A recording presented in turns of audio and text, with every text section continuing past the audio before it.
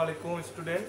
আজকে আমরা এসএসসি নবম দশম শ্রেণীতে যেই চ্যাপ্টারটা থেকে 100% অর্থাৎ যেই চ্যাপ্টার থেকে একটা সিকিউ আসবে, দুইটা সিকিউ আসবে, সেখান থেকে একটা অ্যান্সার করতে হবে, অর্থাৎ 10 মার্কের আমাদের সিকিউর ক্ষেত্রে। আর এমসিকিউ ওইটা থেকে দুইটা থেকে তিনটা বা চারটা আসে।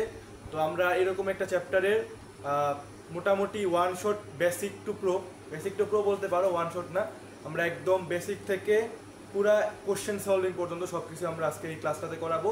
এই ক্লাসটারও 4টা পার্ট হতে পারে, তো তোমরা ধৈর্য ধরে প্রত্যেকটা পার্ট দেখবা, এটা আমাদের আশা। তো আমরা ফার্স্টে আমাদের এখানে কি দেখছি, পরিসংখ্যানের কোশ্চেনের টপিক, অর্থাৎ এই চ্যাপ্টার থেকে কি কি ধরনের কোশ্চেন আসতে পারে বা কোন জায়গা থেকে কোশ্চেন আসবে। তো আমরা এমসিকিউর জন্য লিখছি আর সৃজনশীলের জন্য লিখছি। সৃজনশীলের ক্ষেত্রে খ আর গ, আর ক নাম্বারটাতে কি আসে সেটা আমরা বলবো। তো এখন আমরা আসি যে এমসিকিউর ক্ষেত্রে কি আসে। চলো তোমরা বইটা যদি একবার রিডিং করো, বইটা রিডিং করলে দেখবা যে প্রথমে তোমাদের চলক নিয়ে কথা বলা আছে, তারপর কথা বলা আছে কেন্দ্রীয় প্রবণতা নিয়ে। তো তোমরা চলক নিয়ে যদি একটু নিজেরা পড়াশোনা করো তাহলে দেখবা যে চলককে দুই ভাগে ভাগ করে, একটা হচ্ছে বিচ্ছিন্ন চলক আর একটা হচ্ছে অবিচ্ছিন্ন চলক। তো এই বিচ্ছিন্ন চলক কি আর অবিচ্ছিন্ন চলক কি, সেটা হচ্ছে তোমার যেটা দশমিক সংখ্যা কিংবা ভগ্নাংশ সংখ্যা সেটাকে বলে আসলে অবিচ্ছিন্ন, আর যেটা হচ্ছে তোমার পূর্ণ সংখ্যা সেটা হচ্ছে বিচ্ছিন্ন চলক। তো এই বিচ্ছিন্ন চলক কোনটা, অবিচ্ছিন্ন চলক কোনটা, যেমন একটা তোমাকে প্রশ্ন দেওয়া থাকতে পারে কোনটি বিচ্ছিন্ন চলক, জনসংখ্যা, মানুষের গড়, মানুষের বয়সের গড়, ওজনের গড়। তুমি এখান থেকে তোমাকে জনসংখ্যা, যেহেতু জনসংখ্যা কখনো কি অর্ধেক হয়, 1.2 হয় বা 1.5 হয়, 1.5 হয়, 2 হয়, 2.5 হয় না, এটা পূর্ণ সংখ্যা হতে হয়। তাই হচ্ছে গিয়ে তোমার এরা বিচ্ছিন্ন চলক। তো এরকম এমসিকিউ মোটামুটি আসে। তারপর লেখচিত্র থেকে, যেমন তোমাদের ক্ষেত্রে অজীব রেখার ক্ষেত্রে এক্স অক্ষে কি থাকে, ওয়াই অক্ষে কি থাকে, এরকম রিলেটেড এমসিকিউ আসে। আর মধ্য প্রচুরক গড়, এই ক্ষেত্রে এমসিকিউর ক্ষেত্রে সংক্ষিপ্ত পদ্ধতিতে গড় প্রচুরক মানে যে সূত্র রিলেটেড এইগুলো আসে না, একদম সরল লেভেলের সহজগুলো যেটা, ওই ধরনের এমসিকিউ তোমার গড় মধ্য প্রচুরকে দেয়। তারপরে আসো মধ্যমান, নিম্নমান, উচ্চমান, পরিসর। তো পরিসরের সূত্র হচ্ছে উচ্চমান প্লাস মধ্যমান, ভুলে গেছে, মানে উচ্চমান মাইনাস নিম্নমান প্লাস 1। তো এই পরিসরের সূত্র থেকে তোমার বেশিরভাগ ম্যাথ আসে।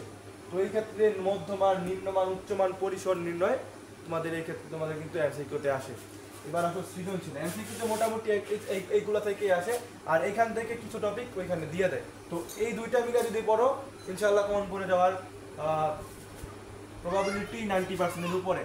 তো সংক্ষিপ্ত পদ্ধতিতে গড়, এটা থেকে একটা খ নাম্বার কিংবা গ নাম্বার যে আসবে এটা প্রায় শিওর, ঠিক আছে। মধ্যক নির্ণয় থেকেও একটা গ বা খ আসে, প্রচুরক থেকেও একটা আসতে পারে, নাও আসতে পারে, এটার চান্স কম, তবে এই দুইটার চান্স সবচেয়ে বেশি।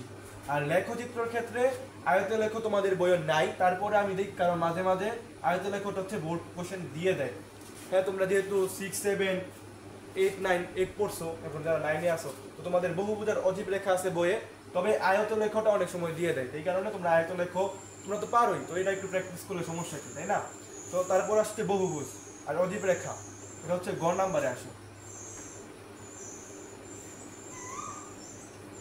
এই দুইটা থেকে একটা তোমাদের শিউর আসে।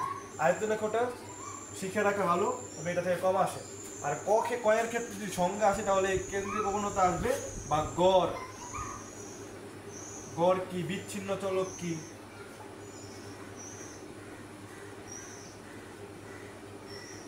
অবিচ্ছিন্ন চলক কি, এরকম রিলেটেড আসে। বা তোমার হচ্ছে গিয়ে লেখচিত্র কি, এই ধরনের সহজ যে বিষয়গুলো আছে ওই বিষয়গুলোতে তোমাদের মোটামুটি সিকিউ আসে।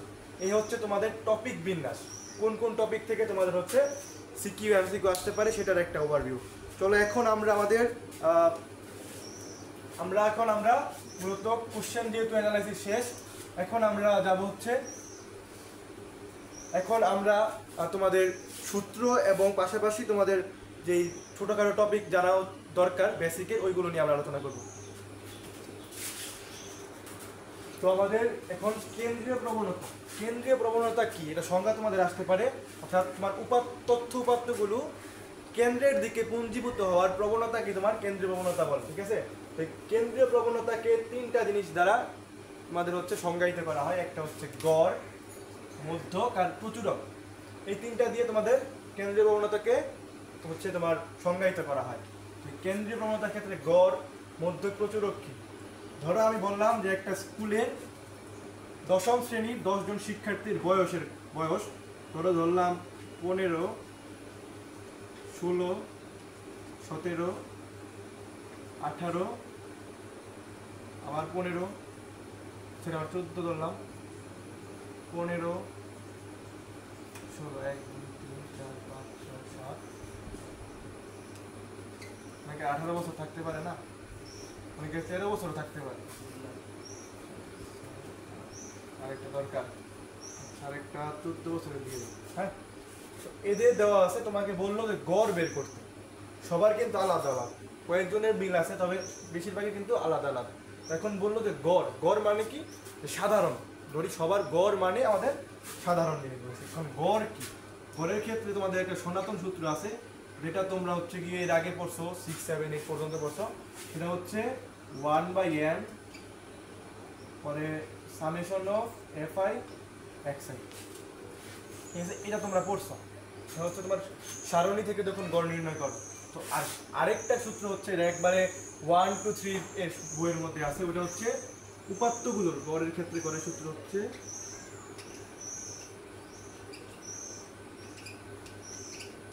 উপাত্তগুলোর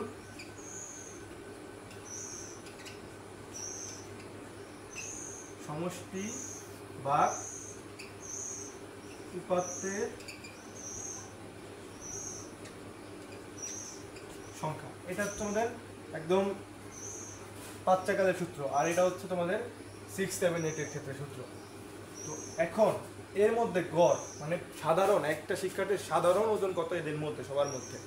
এক্ষেত্রে তোমার সবগুলো যোগ করে 10 দিয়ে ভাগ করলে তোমার এই সনাতন পদ্ধতিতে গড় বের করতে পারবে। এটা তোমাদের এমসিকিউর ক্ষেত্রে আসে, তবে মাঝে মাঝে নাও আসতে পারে। আর গড়ের যেটা তোমরা হচ্ছে 6, 7, 8 করছো, এটা হচ্ছে সেই সূত্রটা।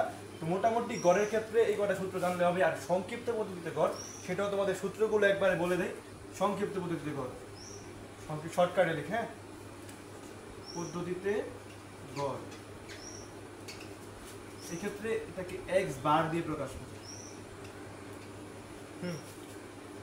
a প্লাস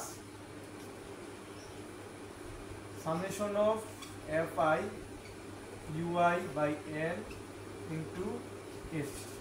এটা হচ্ছে তোমার এই 9, 10-এ তোমাদের যেই জেনারেল ম্যাথ বইয়ের যে সূত্রটা গড় সংক্ষিপ্ত পদ্ধতিতে যা পরীক্ষায় আসে, ওইটা হচ্ছে এই সূত্রটা।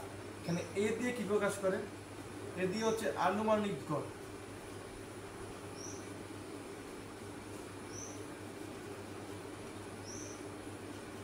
আনুমানিক গড়। আর সামেশন মানে কি? সামেশন বলতে সমষ্টি, সামেশন বলতে সমষ্টি। fi ui, fi দিয়ে প্রকাশ করে হচ্ছে তোমার, fi দিয়ে প্রকাশ করে গণসংখ্যা, আর ui দিয়ে প্রকাশ করে ধাপ বিচ্যুতি।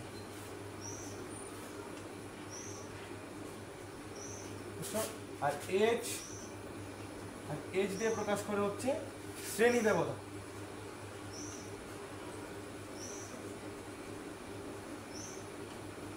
এটা হচ্ছে তোমাদের সংক্ষিপ্ত পদ্ধতিতে গড়ের ক্ষেত্রে তোমাদের এতটুকু জানতে হবে। মূলত এইটা তোমাদের পরীক্ষায় খ নাম্বারে আসে। তো এইবার আমাদের মধ্যক নিয়ে আলোচনা। তো মধ্যক নিয়ে আলোচনা করলে আমরা এই জিনিসটা রাখবো, এগুলো মুছে দেই। মধ্যকের ক্ষেত্রে তোমার মধ্যক হচ্ছে, ধরো তোমাদের উপাত্তগুলো দেওয়া আছে, এই উপাত্তগুলো তুমি যদি সাজাও, উপাত্তগুলোকে যদি ক্রমানুসারে সাজাও, ছোট থেকে বড় ক্রমানুসারে সাজালে মধ্য যেই পথটা, ওদের সবার মাঝখানে কেন্দ্রীয় প্রবণতা, মানে কেন্দ্রের দিকে পুঞ্জীভূত হওয়ার প্রবণতা, তাই না? তাই কেন্দ্রীয় প্রবণতার ক্ষেত্রে মাঝখানে একবারে কেন্দ্রে, ধরো এইটা একটা লাইন, ধরো এটা একটা সংখ্যার লাইন, এটা হচ্ছে কেন্দ্র। এই কেন্দ্রে কোন জিনিসটা আছে? ওটা মধ্যমান। সবার মাঝখানে যে মানটা আছে ওটা কি? মধ্যমান। তো মধ্যমান বের করার ক্ষেত্রে তোমাদের 6 থেকে তোমরা পড়তেছো, তো এটা সনাতন সূত্রটা হচ্ছে মধ্যক। মধ্যক যদি তোমার বিজোড়ের ক্ষেত্রে একটা সূত্র, জোড়ের ক্ষেত্রে একটা সূত্র। বিজোড়ের ক্ষেত্রে কোনটা? যদি উপাত্ত সংখ্যা বিজোড় হয়, আমার লিখে দিই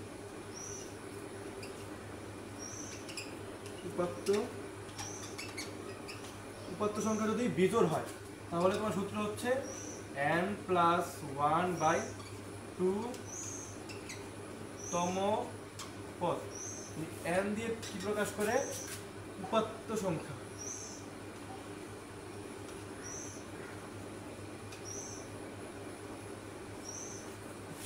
এটা হচ্ছে তোমাদের বিজোড়ের ক্ষেত্রে সনাতন সূত্র, এটা তোমরা ব্যবহার করতে 6, 7, 8 পড়ছো। এখন মধ্যকের ক্ষেত্রে, জোড়ের ক্ষেত্রে আরেকটা সূত্র আছে।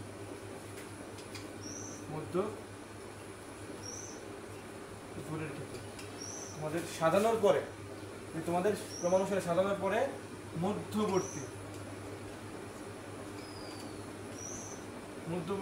2 পদের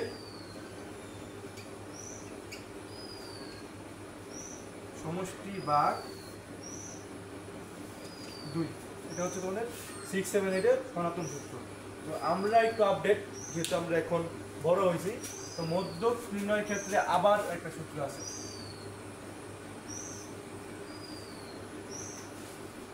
এক্ষেত্রে L plus n/2 minus FC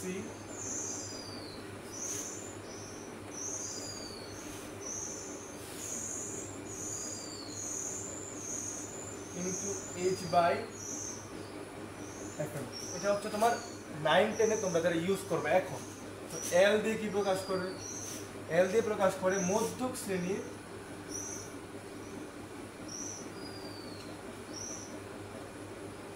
নিম্নমান,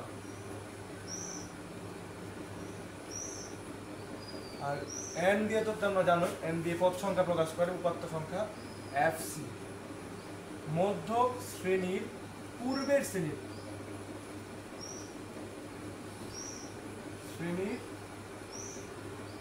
যোজিত সংখ্যা, ক্রমযোজিত সংখ্যা কি FC দিয়ে প্রকাশ করে, আর FM দিয়ে প্রকাশ করে মধ্য শ্রেণীর গণসংখ্যা।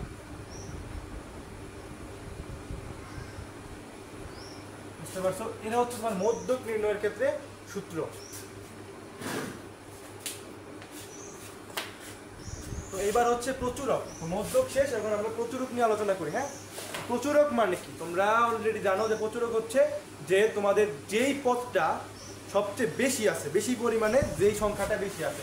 দেখো এইখানে কোনটা বেশি আছে? 14 একবার আছে, 2 বার আছে, 15 একবার আছে, 2 বার আছে, এরকম সবচেয়ে বেশি যেটা থাকে, বেশি বার যেই উপাত্তটা থাকে, ওইটা হচ্ছে প্রচুরক। প্রচুরকের ক্ষেত্রে এখন যে সূত্রটা তোমরা ব্যবহার করবা, প্রচুরকের ক্ষেত্রে তোমরা হচ্ছে L plus F1 plus F2 into H, এই সূত্রটা ব্যবহার করবা। F1 দিয়ে প্রকাশ করে, F1 দিয়ে তোমাদের মূলত প্রকাশ করে হচ্ছে এই যেটা প্রচুরক শ্রেণী গণসংখ্যা বিয়োগ পূর্বের শ্রেণীর গণসংখ্যা। বুঝছো? এটা হচ্ছে F1 দিয়ে প্রকাশ করে, F2 দিয়ে প্রকাশ করে প্রচুরক শ্রেণীর গণসংখ্যা বিয়োগ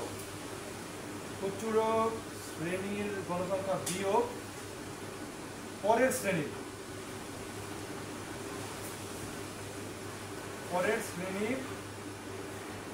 গণসংখ্যা। এটা হচ্ছে তোমার F2 দিয়ে প্রকাশ করে। প্রচুরকের ক্ষেত্রে সূত্র কি? L plus F1 plus F2 into H। তো মোটামুটি এই হচ্ছে তোমাদের বেসিক বা সূত্র রিলেটেড যেই তোমাদের জানার বিষয় আছে, ওইগুলো আমরা এই একটা পার্টে শেষ করলাম। নেক্সট পার্ট থেকে আমরা সংক্ষিপ্ত পদ্ধতিতে গড়, তারপরে মধ্য, প্রচুরক, তারপরে তোমাদের লেখচিত্রগুলো আমরা একটা ধাপে আমরা শেষ করবো ইনশাআল্লাহ। ধন্যবাদ।